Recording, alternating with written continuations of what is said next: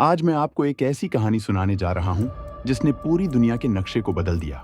ये कहानी है रशिया की, एक ऐसे देश की जिसने 300 साल तक राजाओं का शासन देखा, फिर लेनिन के नेतृत्व में एक क्रांति लाई और दुनिया के सामने पैदा हुआ यूएसएसआर यानी सोवियत यूनियन। यूएसएसआर सिर्फ एक देश नहीं था, बल्कि एक विचार था, मजदूरों और किसानों का साम्राज्य। ये वही ताकत थी जिसने दुनिया के सबसे बड़े युद्ध में नाजी जर्मनी को हराया और फिर अमेरिका जैसी महाशक्ति को भी सीधी चुनौती दी। लेकिन सवाल यह है कि इतनी बड़ी ताकत जो पूरी दुनिया को हिला सकती थी, वो आखिर क्यों टूट गई? यूएसएसआर कैसे महाशक्ति बना और फिर अचानक बिखर गया? आज हम इसी की कहानी जानेंगे, सोवियत यूनियन के जन्म से लेकर रूस के उदय तक, उसकी ऊंचाइयों से लेकर उसके पतन तक।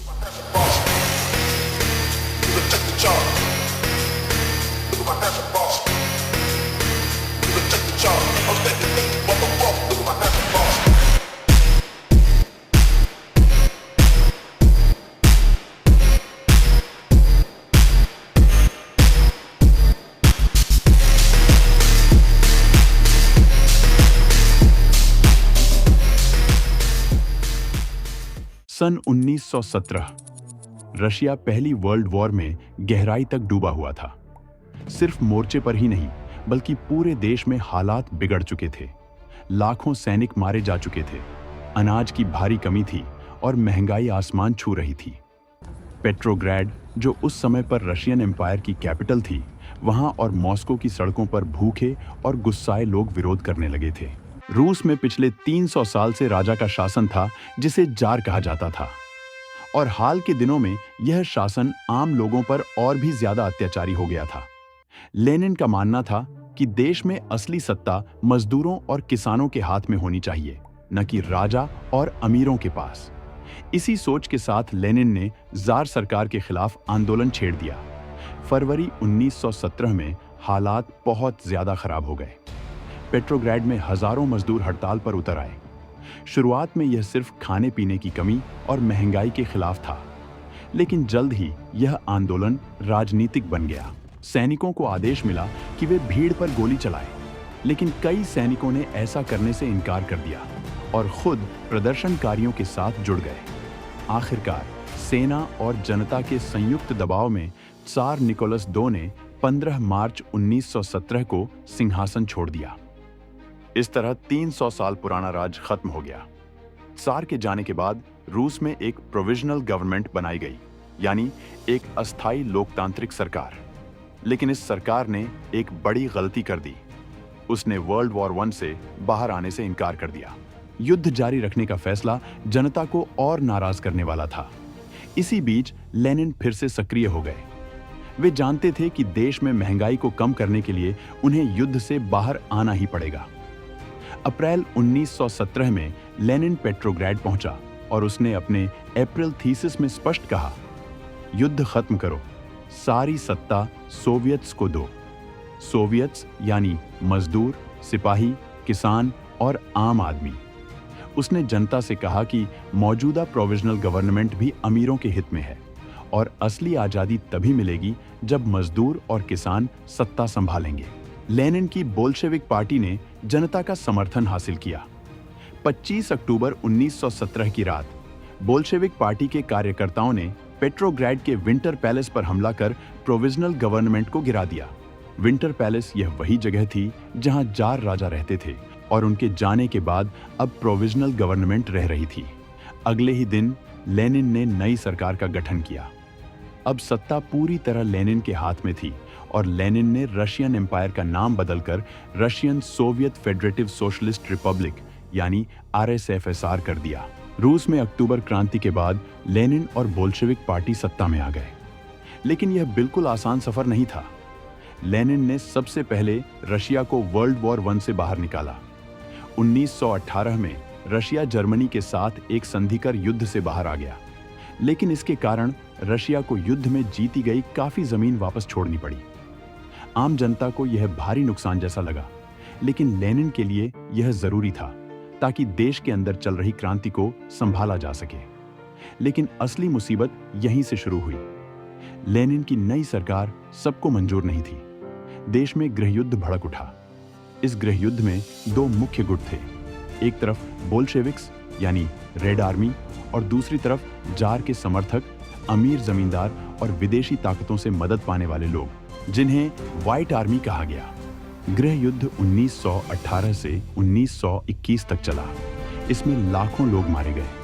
इस दौरान लियोन ट्रॉट्स्की रेड आर्मी का नेतृत्व करने वाले एक बड़े नेता थे। ट्रॉट्स्की एक बेहतरीन सेनापति और लेनिन के करीबी साथी थे। उनकी रणनीति ने रेड आर्मी को कई बार जीत दिलाई और अंत में व्हाइट आर्मी को हराकर बोल्शेविक सरकार को बचा लिया। गृह युद्ध के बाद रूस पूरी तरह तबाह हो चुका था। उद्योग बंद हो गए और भूखमरी फैल गई। ऐसे हालात में लेनिन ने न्यू इकोनॉमिक पॉलिसी लागू की, जिसमें निजी व्यापार और खेती की छूट दी गई ताकि जनता का जीवन थोड़ा सुधर सके। लेनिन का मानना था कि यह सिर्फ रूस की क्रांति नहीं है, बल्कि सभी मजदूरों की क्रांति है।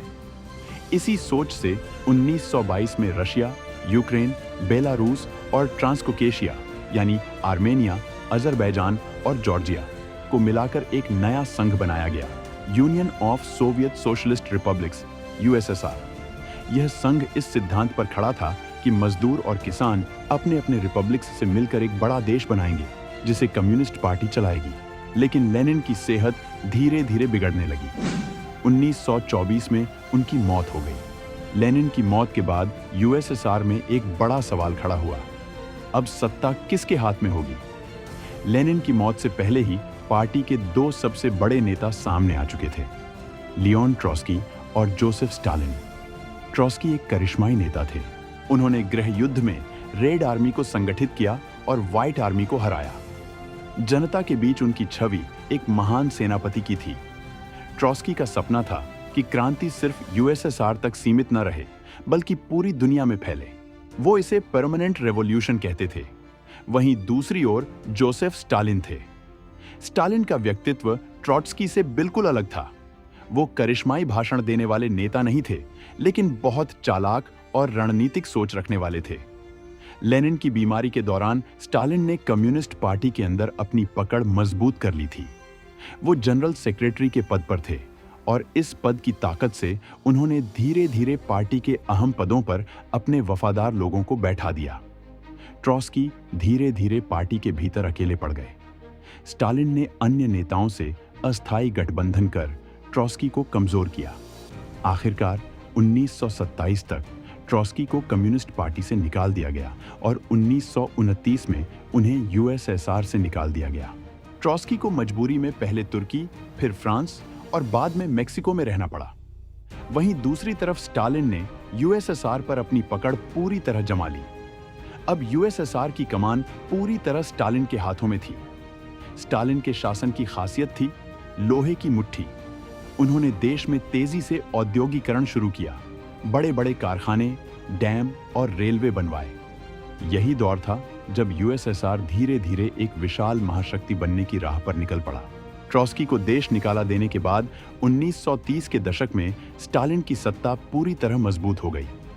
उन्होंने यूएसएसआर को तेजी से आधुनिक बनाने का लक्ष्य रखा। इसके लिए उन्होंने 5 साल के प्लान्स शुरू किए।